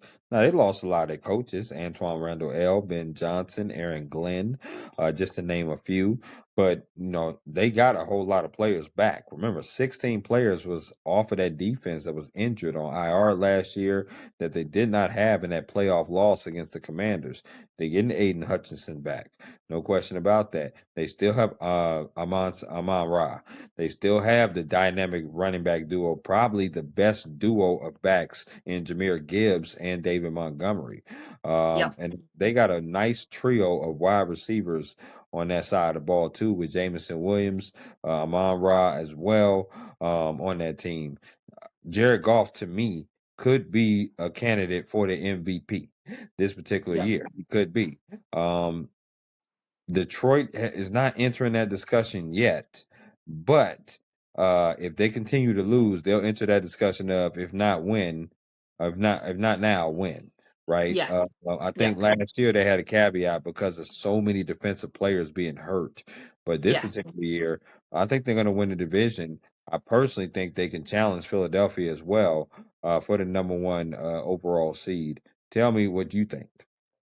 Yeah, I agree. I think, I mean, last season, let's be honest, the Lions were basically having to go out into the streets of Detroit and ask people to play on their defense So because they what? lost so many players. Right. And they still went as far as they did. 15 So and to 2. me, that is a terrifying team when you've got your players back, especially your Aiden Hutchinson, who I think is getting comeback player of the year, especially, just having that unit because that Right. is a formidable team. That is a scary team to come up against. Um, we obviously faced them in pre-season. Neither team had their first teams out, but it was a good pre-season game of football. Right. I'm not a massive fan of pre-season games. That was a good game of football to watch. Obviously, except the injury, which was horrific. Um, I love the Lions this season. I really, really do think that they can go far. And I would love genuinely, if it's not the Falcons, I would love to see the Lions get in that Super Bowl. I love it. Um, I I, love it. I really would like to get that NFC place in the Super Bowl. That's what's up. I like that. And obviously now we have done 6 divisions and we're down to the final 2. We're gonna leave your South for the very last. And then we're gonna go to the NFC West now to talk about this division. Again, this is the second most intriguing division to me because you have a lot of these teams in this West division that is I don't know what the hell to expect. I really Yep. don't. Just don't know what to expect. But somebody got to go 4-3-2-1. In my opinion, and this is going to be another probably hot take, the Cardinals are going to be 4. And the reason Yep. why, and not saying that that would be a hot take, but I'm going to get a hot take in here at this division. Okay. The Cardinals are 4. The reason why they're 4 is because Kyler Murray's been hurt a lot. He is a solid quarterback. I think they're building their team up. Got Marvin Harrison second. You got James Conner running back. You got some good pieces. But if you matched up against those other 3 teams in the division, there's just no way you can say that the Cardinals are better than any of those other teams. No. Uh, no way. And that's No. what I'm basing my standard on. You have to be like, okay, would you pick the Cardinals versus the Rams or the 49ers or the Seahawks? And I wouldn't. Yep. Wouldn't pick them against either one. So I think they're going to struggle within their division, which in turn is probably going to lead them out of the playoffs. But they got some solid pieces. Definitely offensively. Defensively, I got to see something. Got to see something defensively. Somebody got to stand out. Their defense is very parallel to what the Miami Dolphins defense is. They could be good, but we just don't know. We got to see. Do you have the Cardinals fourth in the AFC and not AFC, the NFC West? Yeah. Yeah. And it's so strange. The Cardinals for me are a team that I just forget exist. There is Hmm. nothing spectacular for me about the Cardinals. Um, I I know that that might offend some people, so I don't mean it to, but I just forget that they're a team. Somebody says, "Oh, the Arizona Cardinals." I'm like, "Oh my god, yeah, they play in the NFC as well, don't they?" Like, I don't know what it is. They just don't exist in my brain. Right. I think Marvin Harrison Jr. is a great pickup for fantasy, and it goes back again to what we've said previously. They don't have a lot of pieces to throw to. Marvin Harrison Jr., if you can pick him up, take him because he's going to put a lot of points on the board for fantasy. In Sure. terms of actual football, I'm not hopeful. They're definitely fourth in that division, easily. Okay. Okay. Um, 4 or 5 wins at most for me. Yep, I definitely had that as well. This is where the hot take comes in. I have the 49ers at number 3.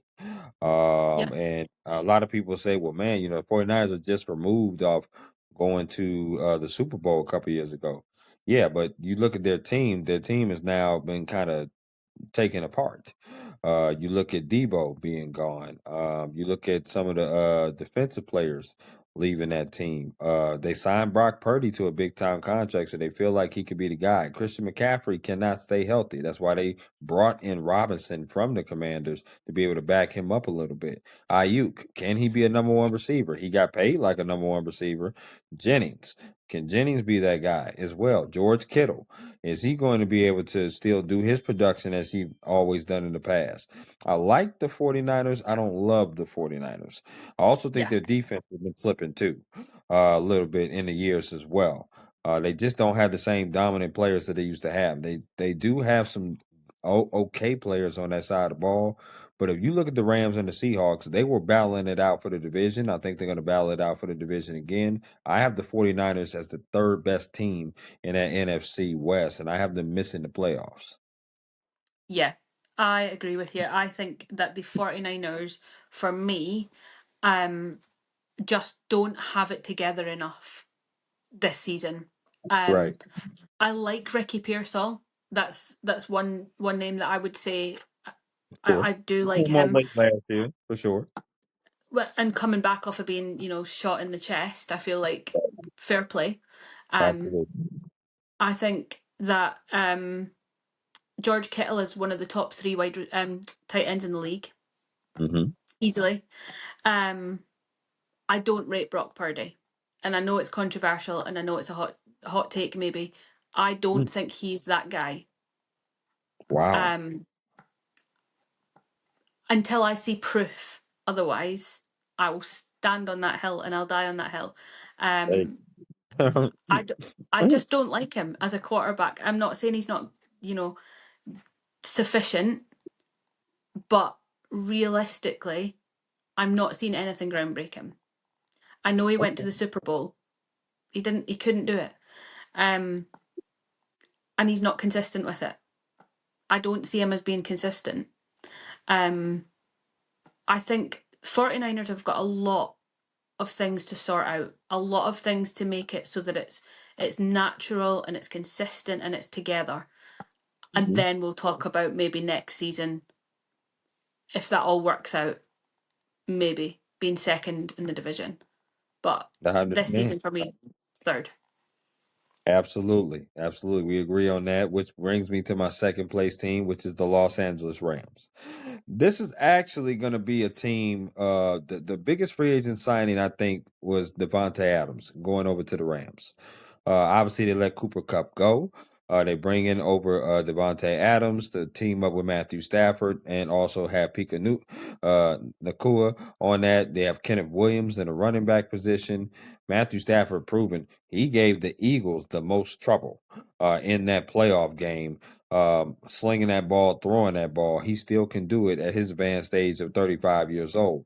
I think they're going to be a solid team again.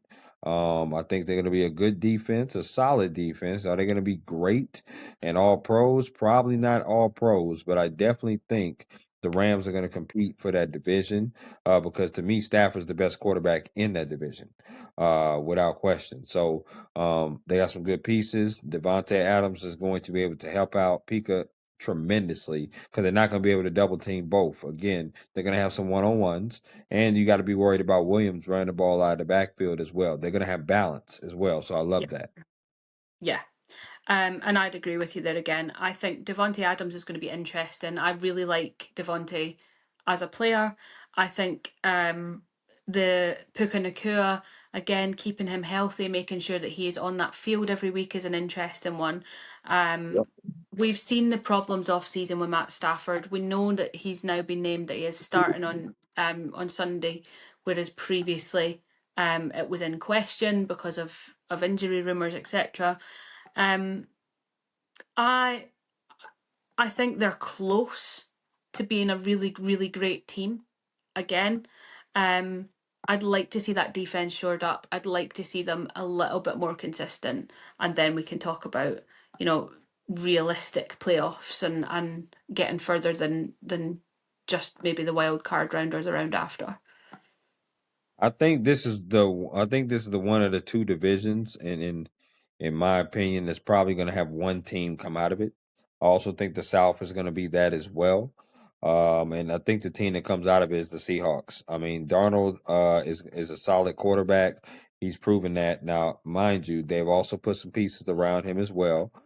Cup coming over to that team with his new look, Cooper Cup, and then you have Smith on that team as well. They have a solid running core. To me, is going to be, can this defense rise up to the occasion? Can Darnold put those last two games he had of the season behind him and lead this team? Because now he's being called to lead on. He got paid handsomely in the offseason to lead this Seattle team. So I think Seattle wins. I don't think it's a runaway because it wasn't a runaway last year. I think they were 9-8 or 10-7 winning the division last year. I think 10 wins are going to win this division again. Tell me, why do you think Seattle is going to win this division? Yeah, I agree. I think Sam Darnold is consistent and he knows what he's doing. He's Mhm. experienced. We saw what he did at the Vikings with, the team that he had there. Cooper Cup, I think, is a great pickup for the Seahawks. I think he adds a lot of depth to that team. Yep. Um, I think last season the Seahawks surprised me for all the right reasons, and I think that it's only got stronger since then. And yeah, I would say division winners. I would say maybe 10, 11 wins is what I would place them at, and I think comfortably winning that division. Okay, well, we agreed on a lot of different divisions. Now we're coming on to your division and a team that I know very well as well because I lived in Atlanta for over a decade, so I definitely know this team. But this is also the second worst division in football, and it's also the worst division in NFC. We don't even need to really talk about the fourth place team because we both, I know damn well you do, and I know I do as well. We know that's going to be the worst team in football. It's the Aints. They ain't. We can't even put an S Yep. on them. It's the No, Aints. They're not going to be very good. no. It was pretty clear when they went. They were the 32nd team to name a starting quarterback, and obviously they had a bomb dropped on them because Derek Carr abruptly quit and retired. So yeah, they don't have a lot going for them. I feel sorry for Alvin Kamara, and that's not even a really good fantasy pickup. So people, please stay away from him because it's not good. It's not a good pickup at all. So I'm gonna just move on to the third Yeah, team yeah. that I think in that division, which is gonna be the Panthers. And that's by default, in my opinion. Bryce Young, I think, can be better. And I think they have some good young pieces. Hubbard is a good running back. Leggett is a good receiver. They just don't have enough pieces yet. I Yeah. think defensively they're okay. They're solid, but they just don't have enough pieces offensively yet to be that type of team. And I just don't see them better than the first two teams in that division. What is your take? I This might surprise people actually because I am actually quite hot on the Panthers. I think they're going to surprise us this season. I think the last six games that Bryce Young played last season, he remembered how to play football and he really showed that he can play. Okay. Um, I love Chuba Hubbard. I think as a fantasy pick, you'll pick him up in the later rounds and he will get you points. No Um, question. I'm with you on no that. questions asked. Um, and I do really like him. And Xavier Legit as well, another really great pick. Late rounds, pick him up. Um, I think the Panthers will surprise us. I don't think they're as bad as what we saw last season. And I Mm, think if Bryce Young had got it together quicker last season, we would be having a different conversation about what happened last year in the NFC South. okay. Um, I don't think they're better than the Falcons or the Bucks, but and I do agree they'll be third place, but I don't think it's going to be as tragic as it was last year. I So yeah, think, I can see them win about 5 games. yeah, Oh, 5, 6 games, maybe seven. yeah. Yeah, that's really pushing it right there. Yeah, in my opinion. I think that's that's seven, that's pushing it right there. But I totally understand what you're saying. I think Bryce Young is going to be improved for sure. No question about that. This was probably the most difficult decision of the toss up that I had between the Bucks and the Falcons because these two teams really mirror each other. They're very similar, in my opinion. Um, but I had to put the Falcons second in this division.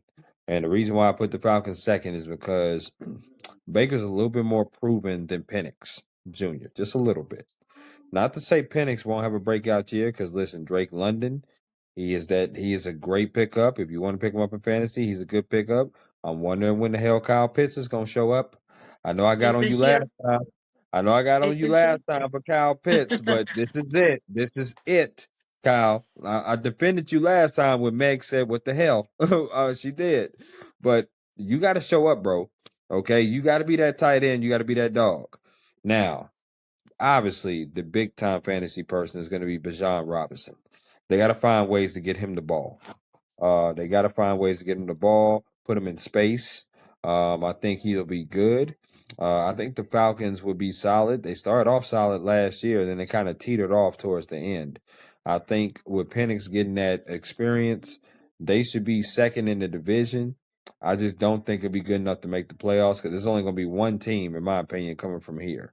But tell me about your Falcons and why either they're going to be second or you think they might win the division. No, I agree. I have them in second place. And but again, it's one of these that I think it could go either way. And I think a lot of it is going to depend on that Penix Pitts connection. So if you'd asked me 3 months ago, I'd Yeah, have said the Bucks are winning this division. The right. Bucks are easily winning this division. But in training camp, I don't know if you've seen any of the Falcons training camp, but the Pitts Penix connection is unbelievable. Okay. Finally, I'm starting to see the Kyle Pitts that I've heard so much about. Okay. Finally, I'm starting to see that he's actually being productive. He's bringing to the table the talent that he's got.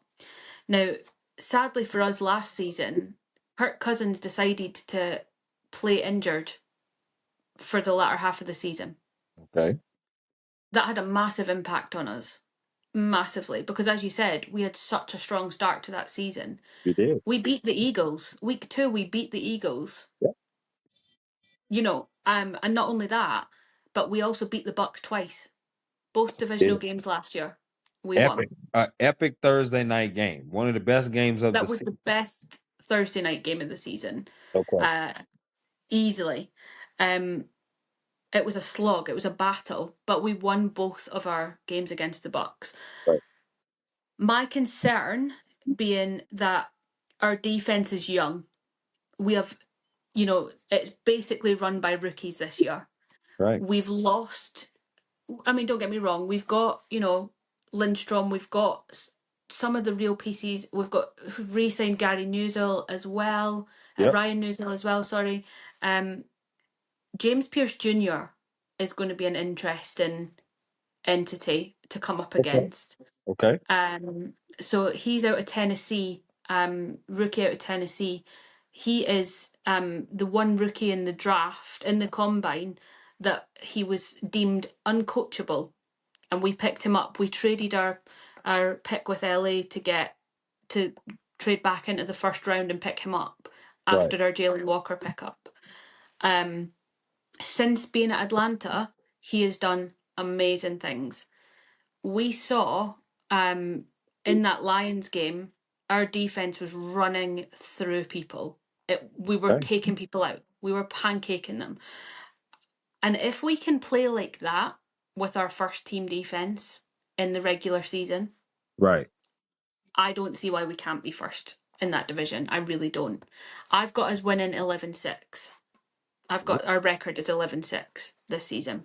Oh man. Oh, okay. That is very optimistic of you, Meg. There's no question about that. But I have the Bucks winning the division. I'm gonna believe in Baker a little bit more. I'm gonna believe in Evans, gonna believe in Godwin. I'm gonna believe in their running game as well. Although I like Bijan Robinson as well. I just think that the Bucks are going to have just a little bit more in the tank than the Falcons. It's not one of those things where I can be like decisively say that because I'm really 60-40. I'm not so much on a 50-50, but I'm not like 80-20. No, I'm 60-40. I do think the Falcons have a chance to win that division, but the division winner is the only person that's going to the playoffs, in my Yeah. opinion. Yeah. I don't see anybody else going to the playoffs out of this division. I do think Baker has a good season, solid year, and I see that defense being solid as well. I think the problem that I've got with the Bucks, and I love Baker Mayfield. I will always put respect on Baker Mayfield. I love watching Tampa play. If the Falcons aren't playing, I will watch a Tampa game, no problem. Okay. Um, the problem that I've got with the Bucks is that both Godwin and Evans took massive hits and injuries last season. I did. Um, they are not getting younger. The team itself is not getting younger. They've got Bucky Irvin over there, which I think is a real threat. He is young lad. Bucky Irvin was phenomenal last season. Right. I just I don't see their defense being as strong necessarily as what we think it's going to be, and I don't think that the Godwin and Evans magic is quite going to be the same as it has been previously because of those previous injuries, because of the fact that last season, they were taken out for a bit. They did struggle, and our track record is that we've beat them twice the last two games, and so for me, I think the Bucks are ones to watch. It's definitely between the Falcons and the Bucks for first and second, no doubt in my mind. But that's what makes it football, right? That's what makes it exciting. That's right. And mind you, of the 8 divisions that we have talked about on this NFL special here, we've agreed on pretty much every division winner. Now as far as placement goes, we had a couple disagreements, but division winners we've been solid. So now, and you have your MVP possibly being Jaden Daniels. I have my MVP being Josh Allen, a repeat. Now obviously this is on video, and we are going to come back at the end of the season, playoff time, and we're going to debate who was mainly right. Hopefully, we're mainly right on the division winners, but hopefully, we're close with our other picks too. I want your Super Bowl predictions, and this is going to be the last thing that we talk about here on this NFL special. That's been pretty cool to talk to you about. But I love this, and I want to hear your Super Bowl teams as far as you have. But I'm gonna give you mine first. Out of the Okay. AFC, I have Buffalo. I have the Bills. Out of the NFC, I have the Lions. I have those two teams meeting up in San Francisco, aka, well, that's home of San Francisco, but it's really in Santa Clara. So I have them meeting up there in the Super Bowl, Buffalo and Detroit. Who are your two teams? I've got this written down because I want to prove to you that Okay. I had this pre-prepared. Okay. So let me grab this Okay. and show you that my Super Bowl 60, oh, can you see that? I Is the can't. Lions and the Bills.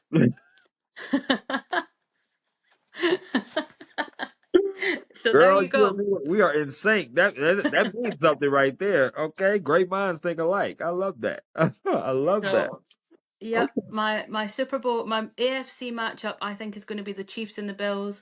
My NFC matchup is going to be the Lions Commanders, and then I think it's going to be Lions Bills Super Bowl.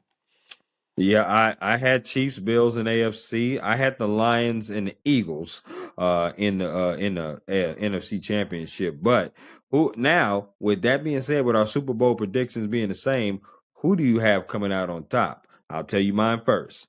I have Buffalo. I have the Bills Yep. winning with Allen being MVP. Agreed, and I've even circled it, the Bills to win. Wow. Meg, you are absolutely perfect. Is there anything ever wrong with you? I mean, my God. My God, that is amazing. That is so crazy. Oh, that's so crazy. But that's also why we love sports is that you just find people to be able to link with and be able to share with and be able to talk the game with. And it has been absolutely amazing talking this NFL stuff with you. I'm looking forward to the season starting this week and getting started on Thursday night, as you are as well. I'll ask this last bonus question before I let you get off of here and let you go. Um, what game are you most looking forward to in week one? I would have to say the Ravens Bills game. I think it's going to be really interesting. And I am actually on my regular podcast on Thursday night, which is a preview of the week, and you will get a little bit more information on that show as well as Okay. to why. Okay. I like that. Now I'm gonna have to tune in to that one, as you know, and eventually I'm gonna have to go on your podcast for sure. No question about Definitely. that. I would say for me, just to be a little different, I think the game that I'm most looking forward to is Chargers and Chiefs.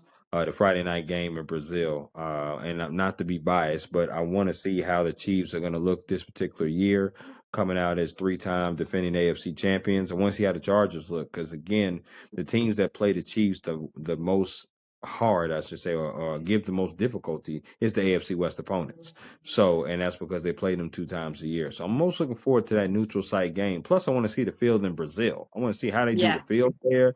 That's going to be interesting to see how that dynamic is for sure.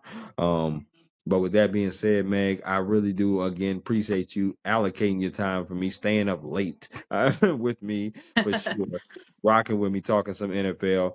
You and I will most certainly be in touch. I want you to enjoy the rest of your night, early morning, evening, and we'll talk again soon. Thank you. No problem.